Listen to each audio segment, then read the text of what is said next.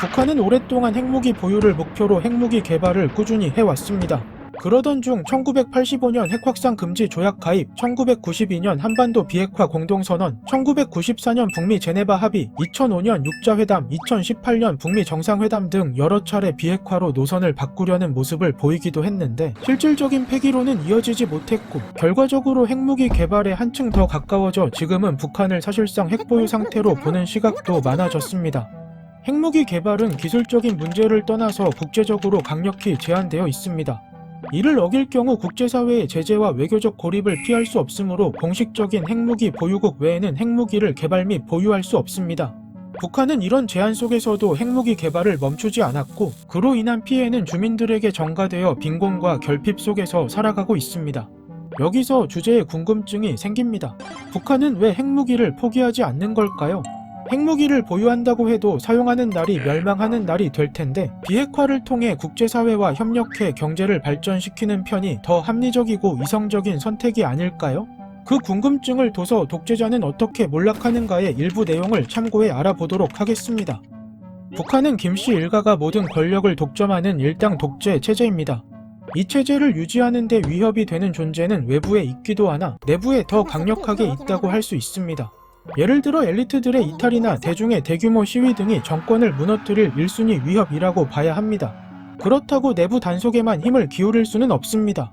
외세의 공격에도 대비해야 하는데 한 연구팀에서 150년이 넘는 기간을 대상으로 전쟁에서 패배한 영향을 조사한 결과 패배한 독재자 중 29.5%는 폭력적인 정권 교체를 겪었다고 합니다. 이런 일이 발생할 수 있는 상황은 여러 가지가 있으며 그중 하나는 독재자의 약점을 인식한 대중의 저항입니다. 그러니까 전쟁의 패배는 내부의 불만으로 이어져 대중이 거리로 나오는 계기가 될 수 있고 이는 정권이 취약하다는 신호이기에 쿠데타가 일어날 가능성이 높아질 수 있다는 겁니다. 따라서 몰락을 걱정하는 독재자는 군사적 패배 위험을 줄이기 위해 군대의 효율성을 높이거나 군대 대신 자신을 보호할 수 있는 다른 방법을 찾곤 합니다. 독재자의 최우선 목표는 자신을 공격하는 경우 감당할 대가가 너무 커서 아예 공격할 생각조차 하지 못할 정도로 군사력을 키우는 것이고 국제관계에서는 이를 억지력이라고 합니다. 독재자는 일단 억지력을 확보하고 쿠데타 방지에 전력을 다하는데 여기서 핵심은 군대가 내부의 적을 상대하는 데 집중하더라도 외부의 위협까지 막을 수 있는 확실한 억지력을 발전시키는 겁니다. 북한군은 한국과 미국, 일본 등의 군대와 비교하면 상당히 구식이고 여러 면에서 원시적입니다. 하지만 현역 병력은 100만 명이 넘어 세계 최대 규모의 군대를 갖추었습니다. 더 중요한 점은 북한이 포병부대 수천 개를 보유하고 있으며 그중 상당수를 1953년부터 한반도 비무장지대 근처에 배치했다는 사실입니다. 이와 관련해 랜드 연구소의 연구자들이 2020년 북한의 포탄 공격이 얼마나 파괴적일지 추정한 자료가 있습니다. 북한에서 종종 서울을 불바다로 만들겠다는 표현을 해오던 것처럼 최악의 시나리오로 북한 포병이 단 1시간 내에 포탄 1만 4천 발을 서울에 퍼부어서 정말 불바다로 만들 수 있을 것이고 이러한 점이 엄청난 억지력으로 작용합니다.